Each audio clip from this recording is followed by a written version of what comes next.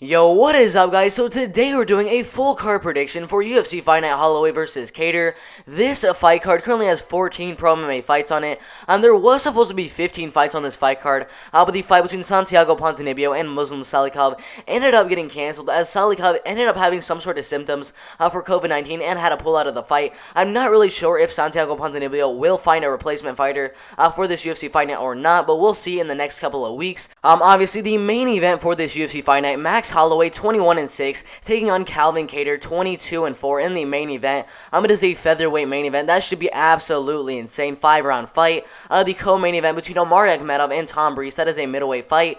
Then we have Ricky Simone and Brian Kelleher in a bantamweight fight. Then we have Tim Elliot and Jordan Espinosa in a flyweight fight. Then we have undefeated Rodolfo Vieira and Anthony Hernandez in a middleweight fight. And then that leads us to the prelims where we have Justin Tafa versus Carlos Felipe in a heavyweight fight. Then we have Sarah Moras and Vanessa Mello in a women's bantamweight fight. Jacob Kilburn versus Austin Lingo in a featherweight fight. Punahou Soriano and Dusko Torrovic. Both of those fighters are undefeated. I believe Punahou is 7-0. Dusko Torrovic is currently 10-0. That should be an amazing middleweight fight on these prelims. Then we have two top 10 women's bantamweights in the world. Juliana Pena and Sarah McMahon on the prelims. Juliana Pena is the 8th best bantamweight in the world. Sarah McMahon is the 9th best bantamweight fighter in the world. That should be a very, very interesting bantamweight fight. Then we have Nick Lentz and Mike Grundy going at it in featherweight. Then we have Bert Shirt and Yanan Wu going at it in a bantamweight fight. Then we have Alves and Aguilera going at it in a welterweight fight. And then in the first fight of the night, we have David Zawada and Ramazan Emeev in a welterweight fight. I mean, guys, come on. This fight card has 14 fights on it. That is absolutely insane. Was supposed to have 15 fights on it. But I mean, I really, really hope that none of these fights really get canceled because it'll be very, very unfortunate. We already know in the last fight card that just happened, the last fight card of 2020 with Stephen Thompson and Geoff Neal. I mean, so many fights on that fight card ended up getting canceled, most of them due to COVID. I mean, Leon Edwards obviously tested positive for COVID. Khamzat Chimaev tested positive for COVID. Rick Glenn tested positive for COVID. Bilal Muhammad tested positive for COVID. Ayman Zahabi tested positive for COVID. And then Carl Robertson ended up testing positive for COVID.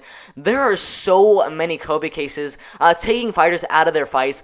So I really, really hope none of these fighters on this UFC Fight Night get COVID, and we can have this 14 fight card, and maybe 15 fights if Santiago Ponzinibbio finds a replacement fighter. So this fight card will be absolutely insane at 15 fights. But guys, let's get started with the first fight of the night between David Zawada and Ramazan Emeev, which is a welterweight fight. David Zawada, the 80th best welterweight fighter in the world. Ramazan Emeev is the 50th best welterweight fighter in the world. David Zawada 17-5, Ramazan Emeev 19-4. They're both similar ages, I'd say. David Zawada is 30.5 years old. Ramazan Emeev is 33.5 years old. So I don't really think either fighter is going to have an age advantage in this fight. Definitely there will be a height and reach advantage, though, for David Zawada, as he is currently 6 foot tall and has a 75-inch reach. Ramazan Emeev, 5 foot 10 inches tall, 2 inches smaller, and has a 68.5-inch reach, which is a 6.5-inch reach advantage for David Zawada in this fight. Now, even though David Zawada does have the height advantage and the reach advantage in this fight, if Ramazan Emeev can get the fight to the ground, those don't mean anything. He can't really use that height advantage on the ground. He can't really use that reach advantage on the ground. Ramazan Emeev, if he can get the fight to the ground, he'll control David Zawada for the rest of that round. Go for some amazing ground and pound shots on David Zawada and go for submission after submission. I believe 7 of his wins coming by submission, only 3 coming by knockout, and then most of his wins coming by decision. So he usually likes to get you to the ground, go for some ground and pound, go for a submission every now and then. Sometimes he'll latch onto it and get a submission, but usually the fight goes all the way, and he just dominates you on the ground, getting a lot of ground and pound and submission attempts on you, and wins the fight by unanimous decision. And that is exactly what I think is going to happen in this one. Ramazan Emeev is an absolute beast. Do I think he's going to get a TKO or a submission in this one? I give the chances that he gets a finish in this fight, maybe 25-30% chance, but the most likely outcome for Ramazan Emeev to win the fight is probably going to be by unanimous decision. So that is my prediction. I have Ramazan Emeev winning this fight by unanimous decision. Alright guys, so the next fight on this fight card is also a welterweight fight between Warlley Alves and Aguilera. Warlley Alves is 13-4, Aguilera 14-7. They're both top 80 welterweight fighters in the world. Warlley Alves, the 40th best welterweight in the world. Aguilera, the 74th best welterweight fighter in the world. Obviously, Warlley Alves definitely has much more fights inside the UFC. Aguilera only has 2 fights in the UFC, one of which he won against Anthony Ivy by knockout, and then one he lost to Sean Brady, who's undefeated right now at the time of this recording, by guillotine choke submission. They're both looking to come back with wins here, as Alves is also coming off of a loss to Randy Brown by triangle choke submission. This should be an amazing fight. Now the thing is, Alves, he's an amazing grappler. If you look at the Tabology predictions, 87% of the vote are going for Alves to win the fight, mainly by submission. Some people obviously saying that he's going to win the fight by decision. Literally no one's saying he's going to win the fight by knockout. Everyone that's saying Christian Aguilera is going to win the fight are saying he's going to win the fight by knockout. I don't really see Christian getting a knockout in this fight because Alves, whenever he's going to get hurt by Christian Aguilera, if he does eventually get hurt in this fight, he'll just go for a takedown and take Christian Aguilera down and then control the fight from the ground. I think Alves has a pretty good chance of getting a submission in this one. Maybe a 30 to 40% chance that Alves will get a submission in this one. But I have a feeling this fight's going to go all the way. Christian Aguilera is going to do very good on the feet, but once he gets taken down by Alves definitely will have the grappling and wrestling advantage, and that is where I have Alves winning the fight by unanimous decision. Alright guys, so the next fight on this fight card is a women's bantamweight fight between Bert Shirt and Yanan Wu. This fight, I'm going to tell you guys right now, is a very close fight if you look at the odds for this fight. I believe Bert Shirt is currently sitting around plus 100, plus 105, somewhere around that range. Yanan Wu currently sitting around minus 120, minus 115 as the very slight favorite to win this fight. So the betting odds suggest that this fight is going to be very close. But guys, so look at the Tabology predictions. It shows a much different story.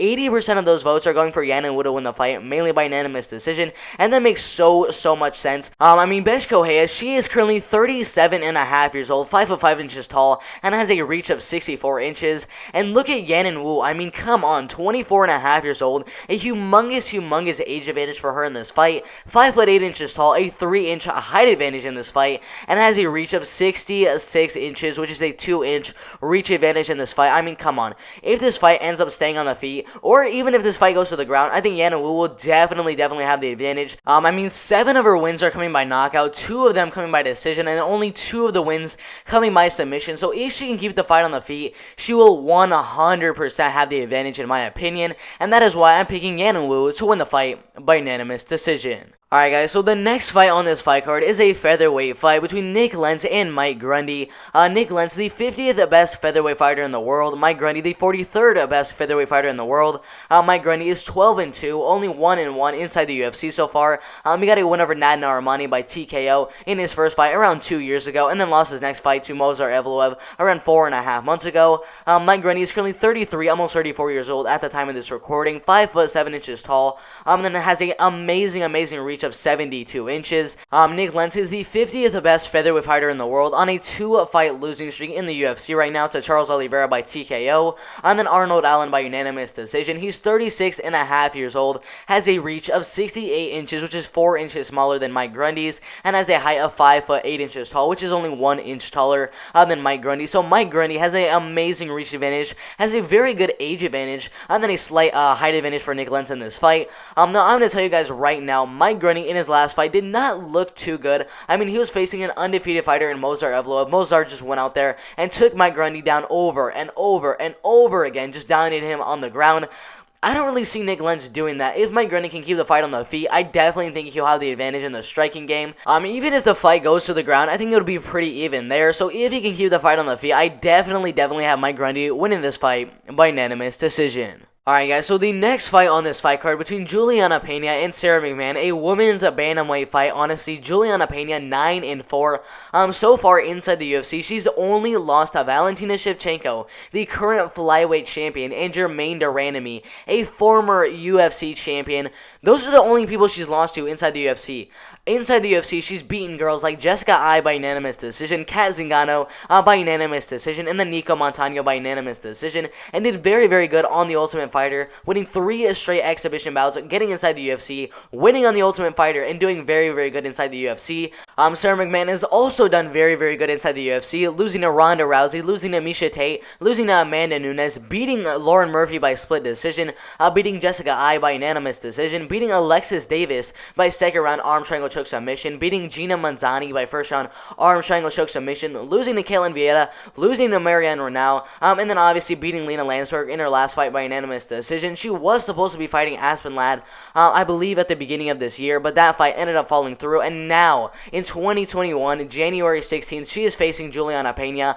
I'm telling you right now, I am very hyped on Juliana Pena. She is coming off of a loss in her last fight to Germaine de Randamie by guillotine choke submission.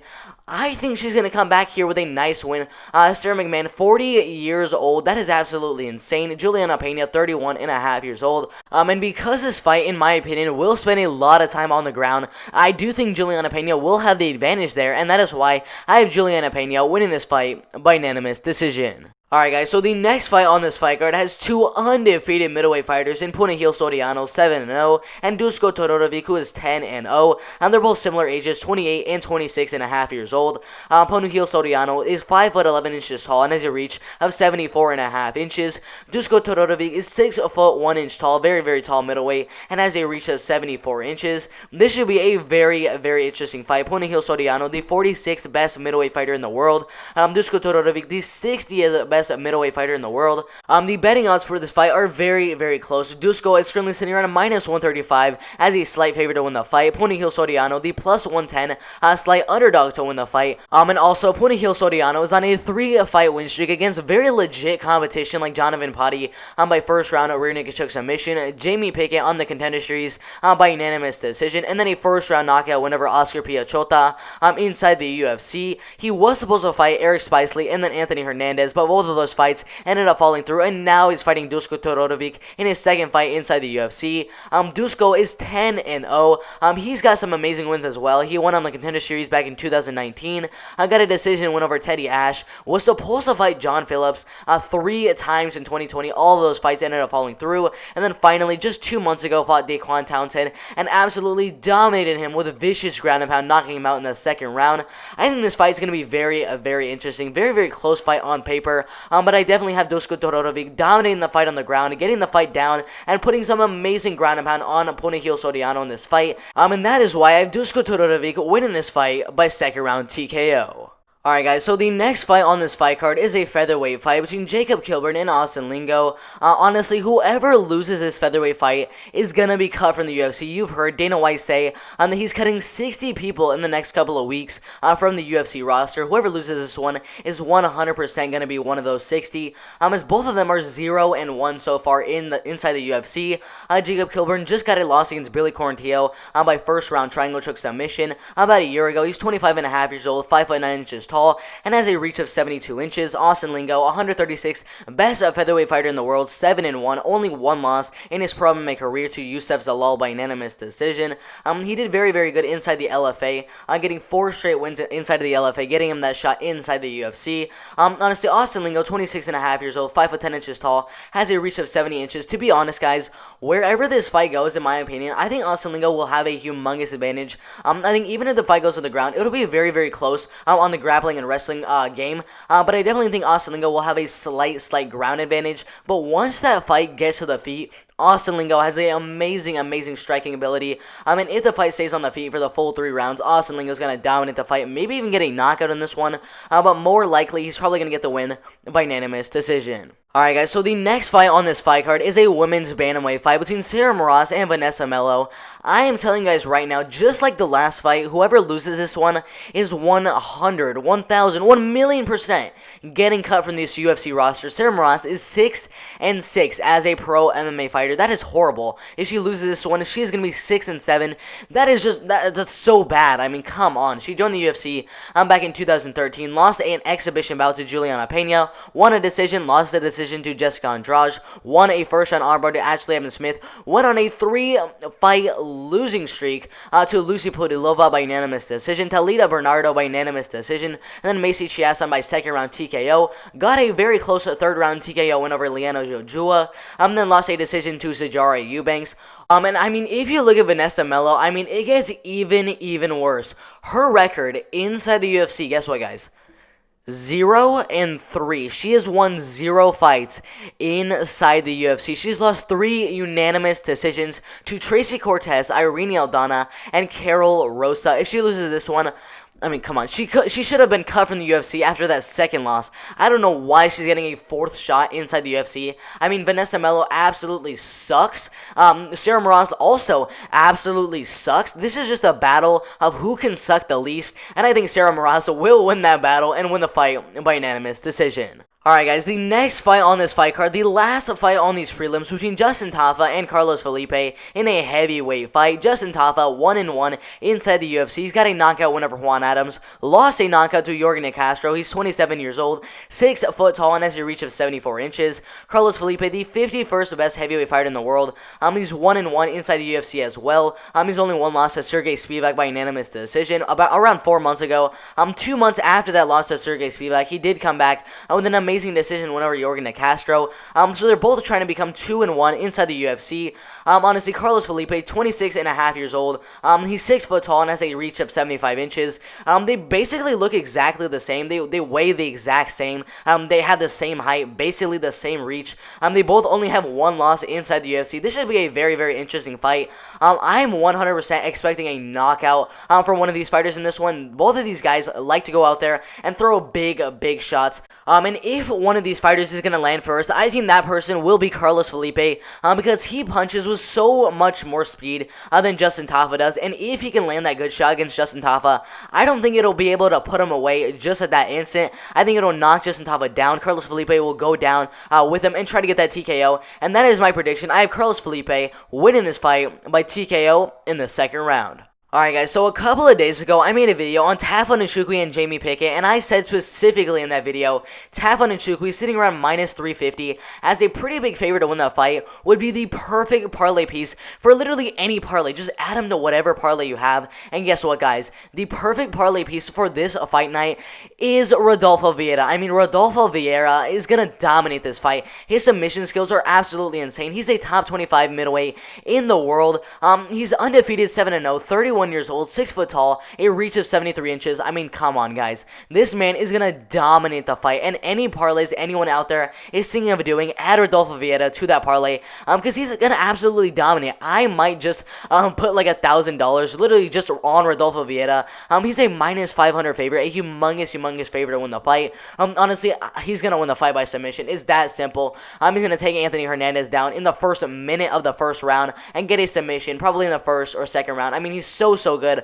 His grappling is so amazing, and that is why I have him winning by first or second round submission. Alright guys, so the next fight on this fight card between Tim Elliott and Jordan Espinosa. This fight is a flyweight fight. Tim Elliott coming off a nice win in his last fight in a very close fight by unanimous decision against Ryan Benoit. Before that, he was on a 3-fight losing streak to Davison Figueiredo by guillotine choke submission, Askar Askarov by unanimous decision, and then Brandon Royval by arm triangle choke submission. He's 34 years old, 5'7" inches tall, and has a reach of 67 inches. Jordan Espinosa, 15-8, the 32nd best flyweight in the world. Coming off of a loss in his last fight to David Dvorak around 3 months ago. Before that, got a win over Mark De La Rosa by unanimous decision. And then before that, was on a 2-fight losing streak to Matt Schnell by triangle choke submission. And then Alex Perez by arm triangle choke submission. So literally everyone that's good at submissions beats this man. I know in the last fight against David Dvorak, not really known for his submissions, did beat Jordan Espinosa. But I mean, David Dvorak is an amazing striker. Jordan Espinosa is also an amazing striker. But if Tim Elliott can get the fight on the ground against Jordan Espinosa in this fight, Tim Elliott is going to have so much fun. I'm just going for takedown after takedown after takedown after takedown, go for submission after submission after submission. And the betting odds for this fight had Tim Elliott as a very slight favorite at minus 115, minus 125. Jordan Espinosa around plus 105, minus 105, somewhere around that range.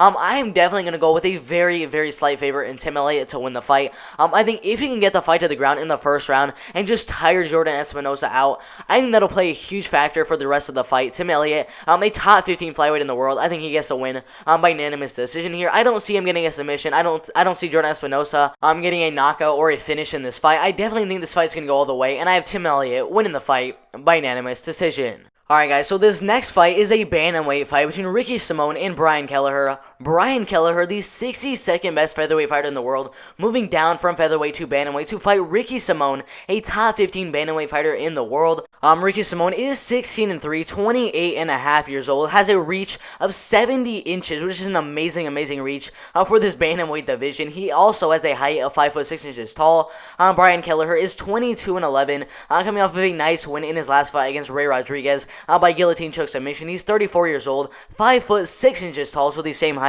as Ricky Simón, but his reach is so much smaller than Ricky Simón's at 64 inches. I think that is going to play a humongous factor in whoever wins this fight, because Ricky Simón with a 6-inch reach advantage, that is absolutely insane. Now the chances that Ricky Simón gets a finish in this fight probably are 5 to 10%. The chances that Brian Kelleher gets a finish in this one, maybe like 20-30%. I mean, we all know Brian Kelleher likes to go out there and get finishes in his fights and get 50 G's every single time he goes out there. He wants to make a lot of money inside the UFC, but against a guy like Ricky Simón, it's going to be very tough, because Ricky Simón has a 6-inch reach advantage. It's going to be so hard to get inside that reach and land that big powerful shot that's going to knock Ricky Simón out, or go for a takedown against Ricky Simón and get a submission. I don't think there's going to be a submission or a knockout from Brian Kelleher or Ricky Simón in this one. I think the fight's going to go all the way, and because Ricky Simón has an amazing reach advantage in this fight, I think he's going to control the fight on the feet and win this fight by unanimous decision. Alright guys, so the next fight on this fight card is a middleweight fight between Omar Akhmedov and Tom Breese, the co-main event of the evening. Omar Akhmedov is the 14th best middleweight fighter in the world, 25-1, coming off of a loss in his last fight to Chris Weidman. He's 33 years old, 6 foot tall exactly, and has a reach of 73 inches. Tom Breese, the 34th best middleweight fighter in the world, 12-2, only 2 losses, coming to Brendan Allen by TKO, and then Sean Strickland by split decision. He's 29 years old, 6 foot 3 inches tall, which is a 3-inch height advantage for Tom Breese in this fight. Then he has a reach of 73.5 inches. Honestly, the main way, in my opinion, for Tom Breese to get a win in this one is going to either be by knockout, or he goes out there in the first or second round, pours it all out there, tries to get that knock in the first or second round, wins the first and second round, in the third round, just survives, then wins the fight 29-28 unanimous decision. That is the main way, in my opinion, for Tom Breese to win the fight. Omar Akhmedov, his way to win the fight is going to be a little bit different. He's known to be a very good striker, win most of his fights by unanimous decision. There's only one guy where I really think Omar Akhmedov has faced that is sort of like Tom Breese, and that is Ian Heinisch. In the fight with Ian Heinisch and Omar Akhmedov, Ian Heinisch did a horrible thing. He let Omar Akhmedov trace him down. Tom Breese is not going to be doing that in this fight. That is the main way Omar Akhmedov won that fight against Ian Heinisch about a year ago. Tom Breese is going to be tracing Omar Akhmedov down in this fight and try to land that big shot. I think it's going to be much tougher for Omar Akhmedov to win the fight than he did in that Ian Heinisch fight. Tom Breese is going to trace Omar Akhmedov down in this one and try to get that big shot that's going to put Omar Akhmedov away. In my opinion, I do think Tom Breese is going to land that big shot. Do I think he's going to knock him out per se? No, I do not. I think he's going to knock him down and then go for the TKO, and that is my opinion. I have Tom Breese winning this fight by second round TKO. Alright guys, that leads us to the main event of the evening, the fight you guys have all been waiting for. Max Holloway, a former featherweight champion, in my opinion, the best featherweight fighter in the world right now. Even though he's on a 2-fight losing streak to Alexander Volkanovski in both of those fights, I still think he's the best featherweight fighter in the world.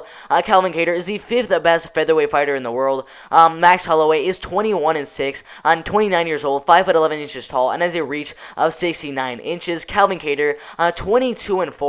His only loss in his last 5 fights is that beat Magomed Sharipov by unanimous decision. Calvin Kattar is actually older than Max Holloway at 32.5 years old, 5'11" inches tall, and has a very good reach, a much longer reach than Max Holloway at 72 inches. And I mean, guys, come on, this fight is 100% going to be staying on the feet for the majority of the fight. I don't really see much of a reason for either fighter to get the fight to the ground. I think both of these fighters have amazing boxing and kickboxing. They're going to want to keep the fight on the feet.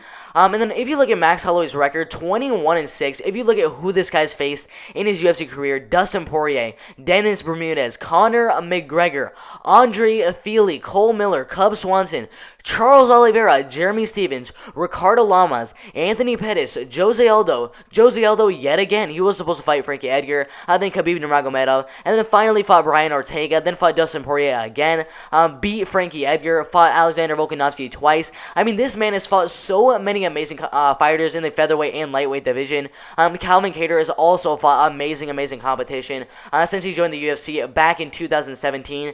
He's fought guys like Andre Fili, Shane Burgos, Renato Moicano, Ricardo Lama, Zabit Magomedsharipov, Jeremy Stevens, and Dan Ige. Obviously, there's a humongous experience advantage for Max Holloway, who has faced literally everyone there is in the featherweight and lightweight division. Max Holloway, in my opinion, boxing is much better than Calvin Kattar. A lot of people do think that Calvin Kattar's boxing is going to be the best in the featherweight division. In my opinion, I don't think so. I think the one man whose boxing in this division is better is Max Holloway. His boxing is absolutely insane, and he can mix it up with some leg kicks, some body kicks, some body shots. I definitely think Max Holloway is going to win the fight. It's going to be very close, but I definitely think Calvin Kattar can win 1 or 2 of these rounds, just not 3 of the rounds, because Max Holloway, he is so good when it comes to the 4th and 5th round, and if Calvin Kattar gets to the 4th and 5th round, Max Holloway is for sure going to win the 4th and 5th, and probably win 1 of the first 3, so that is why I have Max Holloway winning this fight by unanimous decision.